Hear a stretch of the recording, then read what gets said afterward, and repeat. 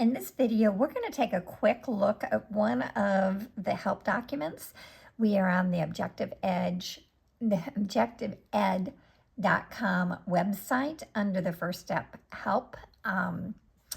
You can also access the help documents directly from the app itself, but when you access it from the app, it actually takes you out of the app to a Google Doc, and then you have to go back to the app. So I really recommend as a teacher that you go into this website, the Objective Ed website, you find the chapter or the help document that you're looking for, and you read it from here or print it out from here before you do the activity yourself, which you should always do before you introduce it to a student.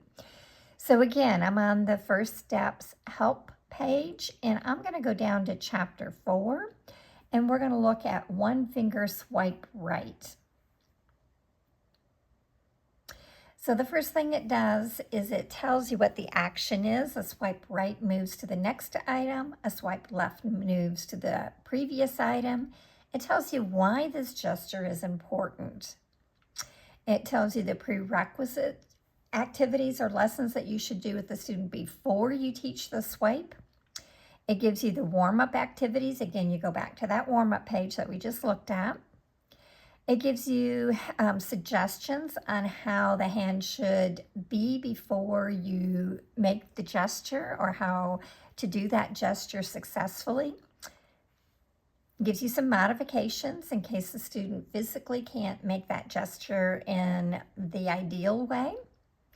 Then I really like this section. This section is common issues.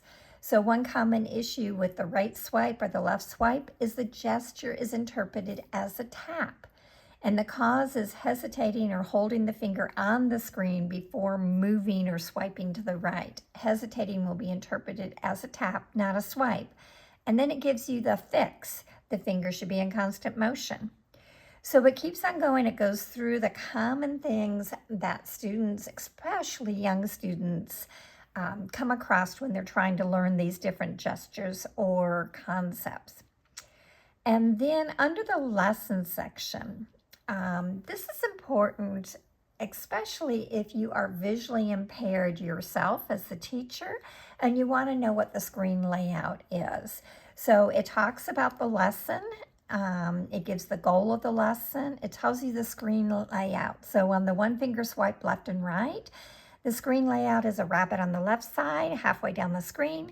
He's standing over his rabbit hole, and to the right of the rabbit are 3 clover leaves in a straight line. And then it breaks down the game or the lesson of what you're supposed to do and what you're supposed to listen to. It talks about the ear cons here. The ear cons in this one are the whoosh as the rabbit goes from cloverleaf to cloverleaf. You hear the thunk when you hit the end where there's no more clover leaves and you have to turn around. So it goes on and describes a little bit more about the breakdown of the app.